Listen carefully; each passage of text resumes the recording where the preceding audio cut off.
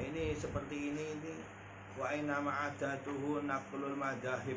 Madhab ini begini langsung gitu. Orang masih awam langsung lintas madhab. Misalnya masih awam belum bisa caranya baca Quran kok diajari qiraah sab'ah. Wa maqilah fiha falyahdhar minhu, takut, jangan begitu. Awat bahaya ini kata Imam Ghazali. Fa inna idlalahu aktsaru min irsyadih. Saya bisa malah sudah ngaji. Bisa. Kalau seperti itu nanti jadinya malah menyesatkan dibanding memberi petunjuk. Kalau yang dicari perbedaan mazhab tidak malah mendapatkan kebenaran, ini lebih banyak menyesatkan akhirnya. Nah, orang diajari fikihnya Daud Adzohiri misalnya, akhirnya berpendapat boleh nikah 18. Ini menyesatkan. Syafi'i dahulu belum beres. Contoh yang sebenarnya. Balayasul a'mali kudil umyani wa arsyadihim. Maka tidak pantas orang buta kok menuntut orang buta yang lain. Kok dia sendiri buta. Itu mazhab Syafi'i aja belum beres. Banyak sekarang katanya mengaku saya juga laki-laki. Rajul Imam Syafi'i juga laki-laki. Kalau Imam Syafi'i bisa langsung mengambil hukum dari Quran hadis, kenapa saya nggak bisa? Ini orang seperti ini orang buta menuntun orang buta. Banyak zaman sekarang begitu, baru belajar Quran hadis dari laptop langsung berfatwa seperti Imam Syafi'i. Ini akhirnya dia orang buta menuntut orang buta yang dengerin orang awam. Tambah menyesatkan. Imam Syafi'i ini sudah memang menguasai, hafal ratusan ribu hadis. Dia hadis saja masih baca laptop.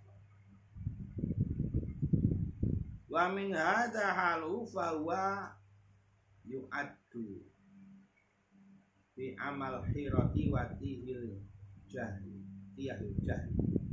Kalau seperti ini keadaannya, maka dia termasuk orang yang membutakan kebingungan, membingungkan kebodohan, sama bingung.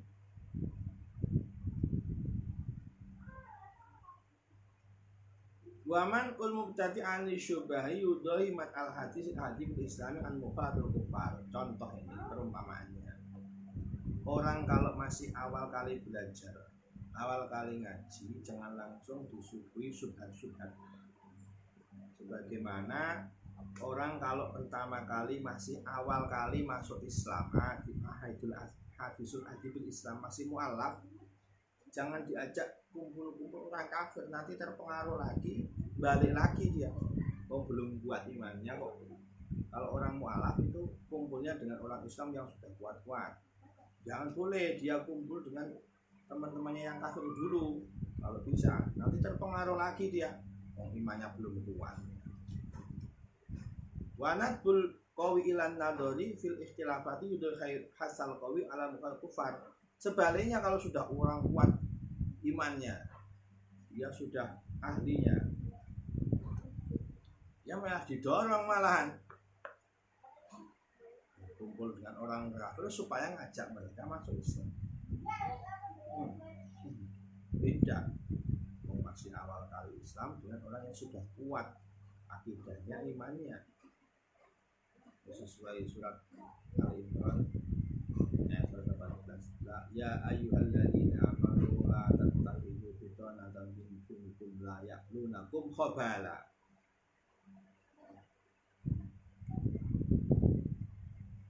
Walihada yumna'ul jabban ta'juman al-safil kufar dan syuja'u lahu.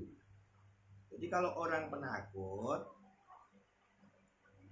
jangan boleh dia ini terjun langsung menyerang orang-orang kafir, penakut. Nanti kalau dia disuruh maju satu orang lawan 10 orang kafir, misalnya mati konyol.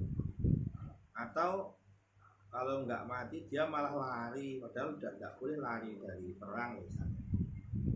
Penakut dia ini jangan boleh maju sendirian. Sebaliknya kalau orang pemberani malah disuruh maju. Ada riwayat tapi saat perang Badar kalau ada orang, jadi Nabi sebelum perang itu berkhutbah mendorong supaya sahabat ini berani maju melawan orang kafir.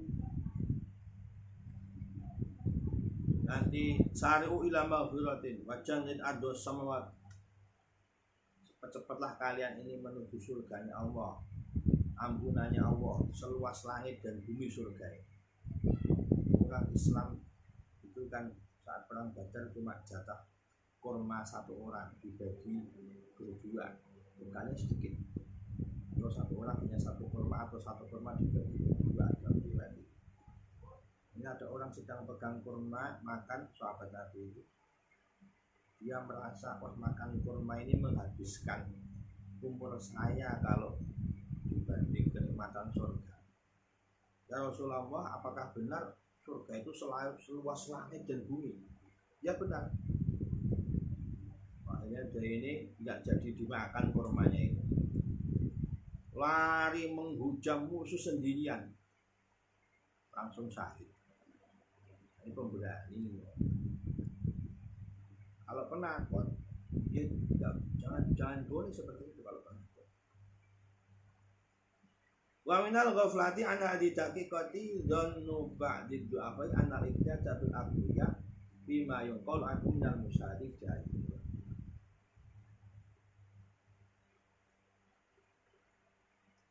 Bagaimana Al-Quran surat Al-Maidah, la tattabi'u ahwa alladhi la tattabi'u ahwa qaumin qad dallu min qabl wa dallu katsiran wa dallu an sawa'is.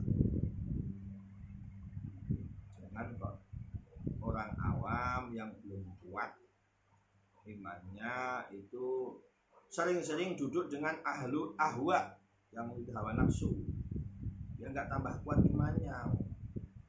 Orang masih awam kumpulnya dengan orang soleh, orang alim, dia tertular,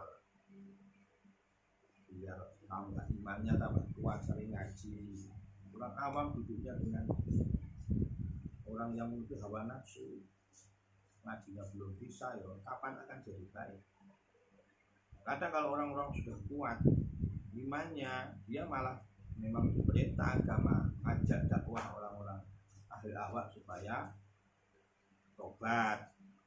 Itu beda-beda kelasnya. Ini yang disebut sultan. Sultan ini dalam bahasa Al-Quran kadang maknanya hujjah. Saya Nabi Musa, ini atikum bisultanim mubin. Wahai Musa, kamu sudah kami beri sultan yang kuat, hujjah yang kuat di hatinya Musa. Dia bisa jihad dengan lisannya sendirian menghadapi Fir'aun. Nabi Musa, kalau bukan Nabi Musa ya mikir-mikir menghadapi Fir'aun, raja yang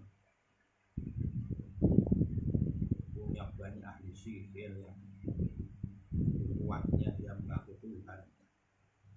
Kalau Musa, dia bisa menghadapi, Musa punya hujjah, lisannya bisa bicara, dia punya, Nabi Musa punya mukjizat mengalahkan sihirnya Fir'aun. Beda kelas. Termasuk ghaflah ini, ada orang ghaflah itu lawannya zikir ghaflah, keliru lah. Ada orang yang lemah-lemah menganggap perkara yang remeh dari orang-orang yang kuat itu bisa diambil dan boleh. Kalau misalnya remeh ya nggak apa-apa, ini perkara remeh, bolehlah ikut orang yang sudah kuat imannya. Walam yadri anna wadhifa aqatu khawatir binafa, dia tidak tahu. Misalnya contoh dulu Imam Syafi'i itu ketika berkunjung ke rumah Imam Ahmad. Nah, ini putrinya Imam Ahmad ini penasaran bagaimana Imam Ahmad itu setiap sholat sujud aja 40 tahun berada. Ahmad ini amalnya setiap malam sholat 300 rakaat. Gak pernah tidur malam, sholat 300 rakaat. Jadi sebetulnya penasaran bagaimana Imam Syafi'i gurunya, ayahnya saja yang dia lihat setiap hari sholat gak pernah tidur malam. Ini Imam Syafi'i mau berkunjung ke Ahmad. Penasaran putrinya Ahmad ini. Bagaimana Syafi'i? Bagaimana sampai ayahnya saja, muridnya itu kagumnya mendoakan setiap saat sholat buat Imam Syafi'i. Akhirnya Imam Syafi'i di rumah Ahmad itu diintip sama putrinya. Ngapain sih Syafi'i ini kamar? Imam Syafi'i, oleh Imam Ahmad, Imam Syafi'i dimuliakan, dikasih kamar tempat tidur yang enak supaya istirahat. Nah putrinya ini suudon, orang alim malam kok nggak bangun tidur terus, katanya ayah saya kok kalah sama ayah saya. Contoh. Terus orang menganggap oh ini orang kuat Imam Syafi'i, berarti kalau malam ya tidur saja seperti Imam Syafi'i. Lah yatri dia nggak tahu tugas orang kuat itu beda dengan orang lemah. Tidurnya orang kuat beda dengan tidurnya orang lemah. Yang dilihat oleh Putri Ahmad itu Imam Syafi'i tidur, padahal nggak tidur. Hanya nggak bangun, memang tiduran tapi nggak bangun. Memang betul nggak bangun. Setelah pagi itu karena suudzon ini bilang sama Ahmad sama ayahnya, kenapa kok Imam Syafi'i kok begini. Gimana sih Ahmad, kamu nggak tahu suudzon. Pagi-pagi Imam Syafi'i ini bilang sama Imam Ahmad, wahai Ahmad, rumahmu ini diberkahi. Satu malam ini saya mengistimbat satu hadis Nabi. Kalau nggak salah hadisnya itu ya Umar ma fa'alan Nubair. Ketika Nabi ini ke rumahnya Anas bin Malik, Anas punya adik kecil namanya Umar. Umar ini bermain burung. Burungnya ini mati terus dibuat mainan. Terus Nabi bilang menyapa Umar ini. Umar kecil, Amr kan besar, kalau kecil namanya Umar. Ya Umar, ma fa'ala Nubair, wahai Umar, apa yang dilakukan Nubair? Nubair itu burung kecil. Dari hadis ini saya bisa mengistimbat lebih dari 70 hukum Imam Syafi'i. Jadi Imam Syafi'i itu tidak sholat malam karena beliau ini untuk umat memikirkan istimbat satu hadis yang nanti manfaat untuk umat sampai hari kiamat. Itu kan beda kelas. Nah, kalau Imam Syafi'i yang punya keahlian mengistimbat mengambil hukum dari hadis ini kok banyak sholat malam, nanti khusyuk, beliau pasti sholat pasti khusyuk. Tapi siapa yang mengistimbat hukum nanti? Imam Syafi'i. Misalnya begitu, orang punya sholat sendiri-sendiri, punya makom sendiri, insya Allah. Tapi kalau sekarang ya jangan nyuruh Imam Syafi'i terus malam nggak mau bangun. Imam Syafi'i nyatanya malam nggak tidur, malam nggak bangun tidur. Loh, Imam Syafi'i bukan tidur, memikirkan satu hadis saja bisa 70 hukum. Salah satunya hukumnya adalah di situ anak kecil namanya Umar misalnya, kok boleh dia ini memelihara burung? Apa nggak dibiarkan bebas terbang? Boleh, memelihara burung itu boleh. Sebagaimana memelihara budak itu kan boleh kalau dikasih makan. Burung pun boleh dipelihara kalau dikasih makan. Misalnya itu satu hukum contoh itu. Terus Umar itu kan lakop anak kecil. Boleh berarti memberi lakop dengan tasghir, itu boleh. Hasan ditafsir jadi Husain, Abdullah ditafsir jadi Ubaidullah, ini Amr ditafsir jadi Umair, itu boleh. Dan hukum-hukum yang lain bagaimana Nabi pun berinteraksi lah dengan anak kecil, terus orang dewasa mentang-mentang dewasa tidak usah anak kecil harus serius terus, tidak usah namanya apa jenenge bercanda dengan anak kecil. Enggak, Nabi pun menyapa anak kecil, ya Umar mafalan gitu. Dan beberapa yang lain adab-adab diambil sampai lebih dari 70, padahal cuma satu kata itu satu malam. Tapi dari kakola batu man ro'ani fil bidayah soro siddiqo wa man ro'ani fil nihayah soro zindiqo. Sebab Ba'dul Arifin ini ada yang mengatakan begini, siapa yang melihatku di awal saya ini beribadah, maka dia akan tambah iman. Nah, orang awam melihat orang ahli arifin beribadah, sholat, baca Quran, mengaji, membaca zikir, pokoknya ibadah apapun. Kalau di awalnya dia memulai menempuh jalan Allah, dia akan menjadi siddiq. Dia akan menjadi siddiq, tambah kuat imannya, tambah benar imannya. Kalau orang awam melihat orang ahli arifin pertama kali, awal kali dia ini menempuh jalan Allah. Tapi kalau waman ro'anifin itu sudah dia lihat di nihayah, sudah puncak, soro zindikon, bisa kafir zindik. Ada beberapa aulia itu sudah nggak ngapa-ngapain, pikirannya sudah Allah saja wis. Kadang